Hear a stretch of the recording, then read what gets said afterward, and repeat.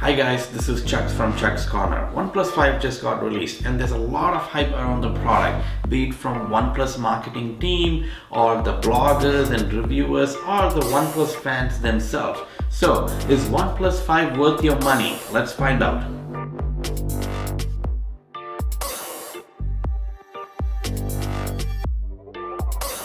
There are basically three factors I always account to when I want to see how well this is worth for my money.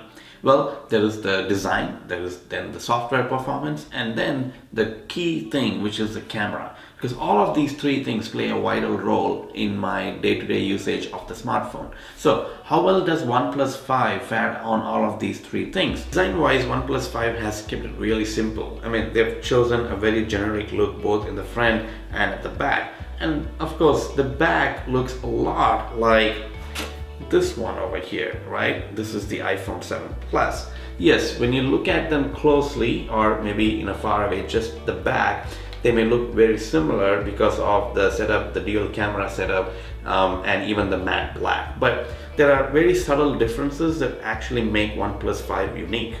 The curved edges on the OnePlus 5 really helps when you hold the phone, and also it weighs a lot less than your iPhone 7 Plus. And it's also the footprint is really small for the same 5.5 inch that you have in your OnePlus 5 and 5.2 inch in your iPhone 7 Plus.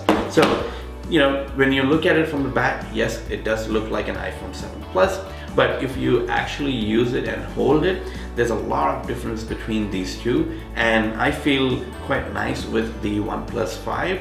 Not that, you know, iPhone 7 Plus is bad, but it's just that I can feel the difference when you hold it together. The front of the OnePlus 5, however, there's nothing fancy. You know, you've got the bezels, you've got the screen, you've got the fingerprint sensor, and you've got your front camera. The display here is not Quad HD or 4K resolution that you are going to be seeing in some flagship phones. This is just normal, pretty standard 1080p Full HD display. So it's going to be good, it's not going to be bad, but if you're expecting it to be more clear and sharper and resolution wise more pixels, you're not going to get that with OnePlus 5. You might have to spend extra dollars to go to HTC U11 or S8 or the G6. One of the other factors you can actually look in the design is whether it's waterproof and dustproof.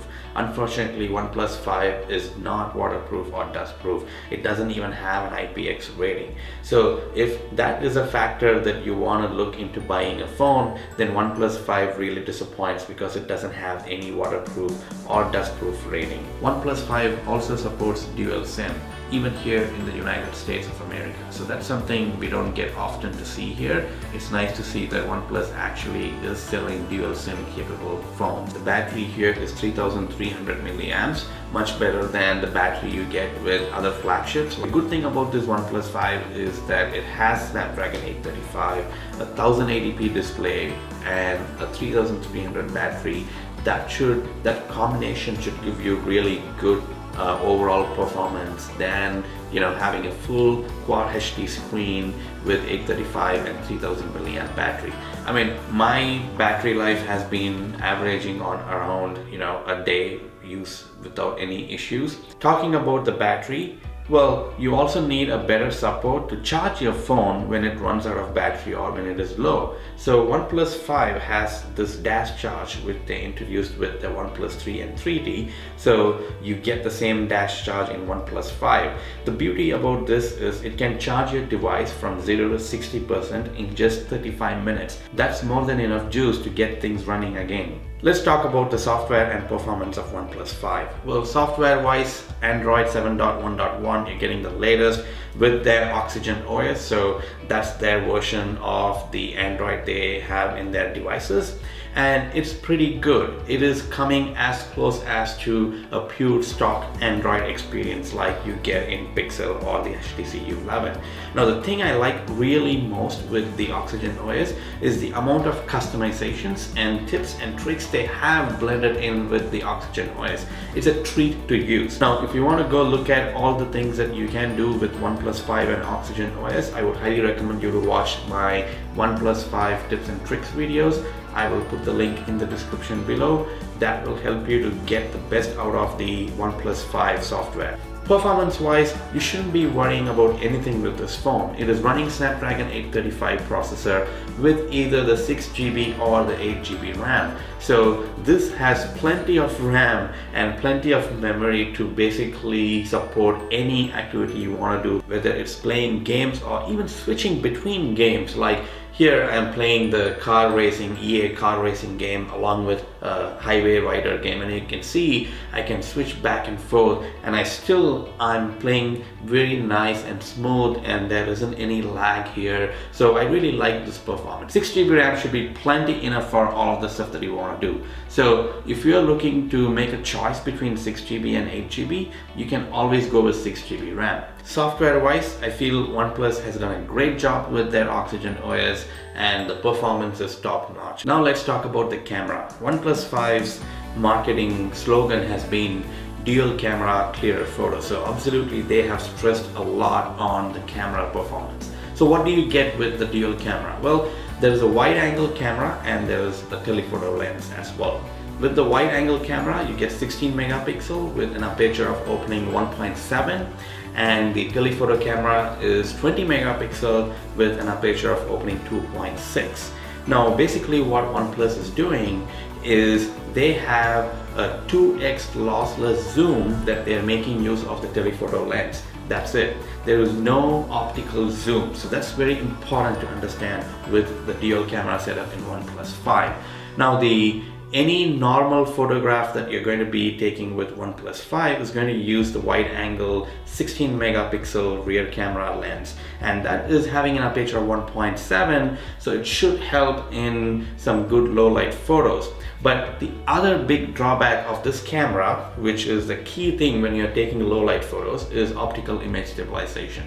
OnePlus has chosen to not have the optical image stabilization and go for the electronic image stabilization. The thing the OnePlus 5 camera supports is the portrait mode, just like you get in iPhone 7 Plus.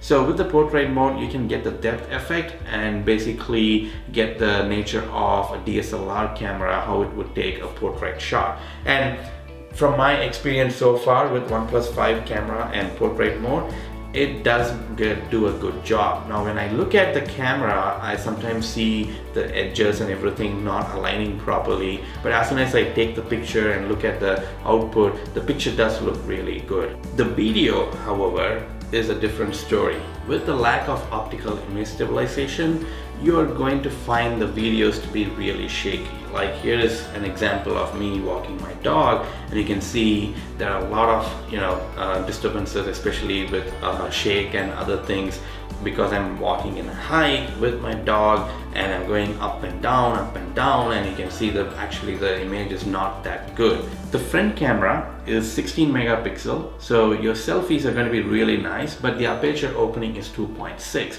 So don't expect a really good selfie, especially in low light. In broad daylight conditions, you're going to get a perfect selfie and it's really good. The front camera has no problems at all. Of course, it still doesn't have optical image stabilization, and it only depends on the electronic image stabilization. Now, one thing to also note, the front camera doesn't support 4K resolution. Only the dual camera at the back, especially the wide angle camera, they will give you the 4K resolution that you want. So that aside, does this camera perform well? In my testing, and you can see all of the photo montage I have taken with the OnePlus 5, in broad daylight and even in certain low light, it does take really good photos, but the photos are not sharp as I would expect them to be. Like if you compare it with U11 or iPhone 7 Plus or Samsung Galaxy S8, they're not as sharp as you would get with them. But for this price range and for this specs, you are getting a really good camera, especially if you are comfortable with not having the optical image stabilization. So we have talked about the design, the software and performance, and the camera for OnePlus 5.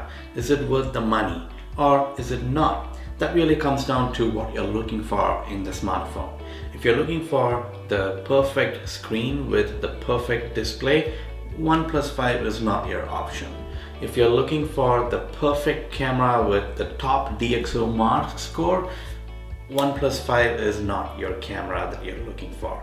And if you're really looking for a solid device that runs out of the box without any problems, has the latest Android flagship smartphone with a really good decent camera performance and some portrait effect that you get with the other high-end smartphones, yes, then OnePlus 5 is your smartphone to go and buy. So depending on this, you may decide to get this or spend extra $200 to go buy the flagship phones. So if you like my videos and want to see more like this, please do subscribe to my channel, and make sure if you want to get notified whenever I upload my videos, you hit that bell button as well. And what is your take on OnePlus 5? I would like to hear that as well. So share them in the comments below. Until next time, bye.